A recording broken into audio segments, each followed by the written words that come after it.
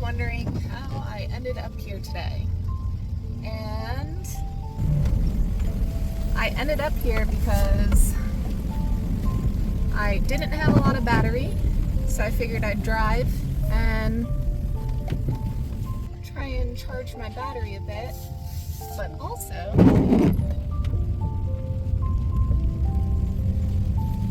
tried to go to this one place where I thought that maybe I could camp, and found out that I couldn't camp whenever I got there.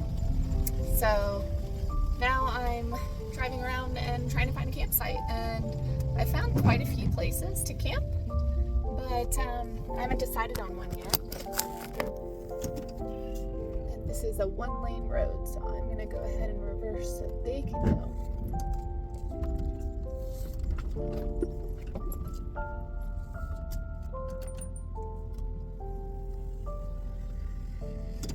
I just started driving on this road, and I'm in a national forest right now. Found that these types of side quests often add a little spice to the day, even if you don't end up going anywhere in particular. So let's see where this day brings me. So we've made it to where we're gonna park for the night, and we're pretty close to the road and in the national forest, but hopefully we won't have any issues. This seems to be like a spot where the intention is for people to park.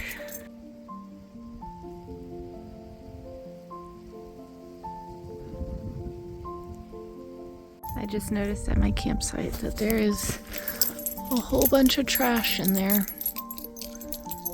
Like, how does that even get back there? When the weather cleared, I decided to make my way up the small hill, through the bush and brush, and weave through the manzanilla trees to pick up all of the trash that I had saw from my campsite. I had already looked around the area to make sure that no one was camped around, and there were no other signs of another person. As I started to pick up the bags, something felt off. It didn't seem like the normal trash piles I have found in the past tossed out into the forest. These items seemed to be placed here. There were vitamin bottles that were unopened, cans of soup and other groceries. There was a bottle from a pharmacy that had someone's name on it. It didn't seem like this was trash. It seemed like this was intentional. This person cared. They had an apple that was mostly still fresh, though their herbs and vegetables had completely dried and shriveled up to the bottom of the bag. Their cereal was growing molds, and I started to wonder if I had happened upon a stash that someone had forgotten about. What made me pause and think for far too long was the bag of letters and writings that I found. Piles and piles of folded journal entries that told of the person's life and their thoughts and hopes. As a writer myself, I couldn't imagine taking all of this writing and throwing it away. Someone's heart and mind spilled onto pages of scrap paper from old advertisements and blank back-sided computer paper, just tossed out, never to be found again. So as I searched deeper and made my way through the woods and the trees to find the other things that had been thrown about, either by the person who left this or some animal, I thought, what should I do? Should I clean up nature? Should I leave this place better than I saw it? Take all of this out of the area to make sure that everything stays clean, that somehow it doesn't end up thrown more amongst the trees and harder for anyone else to come pick up later? Or do I leave it? Do I leave it for someone who may be coming back? A lot of these things had mold on them. We did just have rain in California, a rarity, something that I don't think that they would have anticipated. But these bags had mold, the food had mold. It had looked like it had been here longer. I spent my time trying to read the food labels to see when the things expired. I spent my time trying to read the letters to see when this person was here. And nothing really told me of how long it had been. We had just transitioned from 2025 to 2026, and a lot of these things said that they expired at the end of 2025, or were still going to be good into this year. So what should I do? What is the right answer here? Do you clean up all of this, or do you leave it for the person who left it here, even if they don't come back? What would you have done? I didn't want to share much, but I shared a bit of what I found, and here it is. It's very windy today. And I don't know if you're going to be able to hear me. There's a pill bottle in there that says it's from last year. I think it said August of last year. A lot of the things are rotten. There's also like documents and a lot of writing here, and I don't want to throw it all away.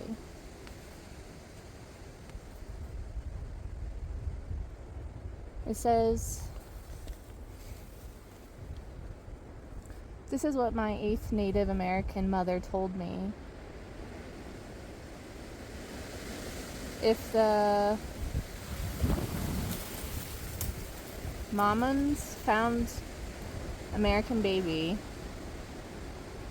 that I have personally done points out this might be true, and the chiefs and their tribe free to ask me about what I found. My sister says that I may have a house in the neighborhood, and then also have my 2025 Metropolitan scooter.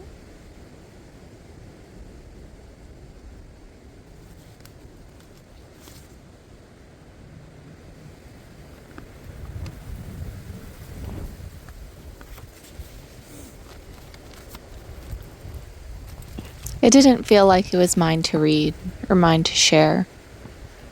As interesting as it would be for me to read into someone else's mind and heart, I wouldn't and couldn't imagine someone finding my reading and enjoying it for some type of entertainment.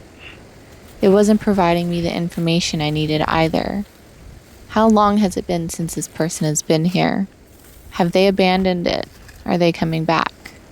Is it okay for me to take it? So instead, I decided to close up the bag so hopefully none of their letters and writings get any more water damage in case it rains.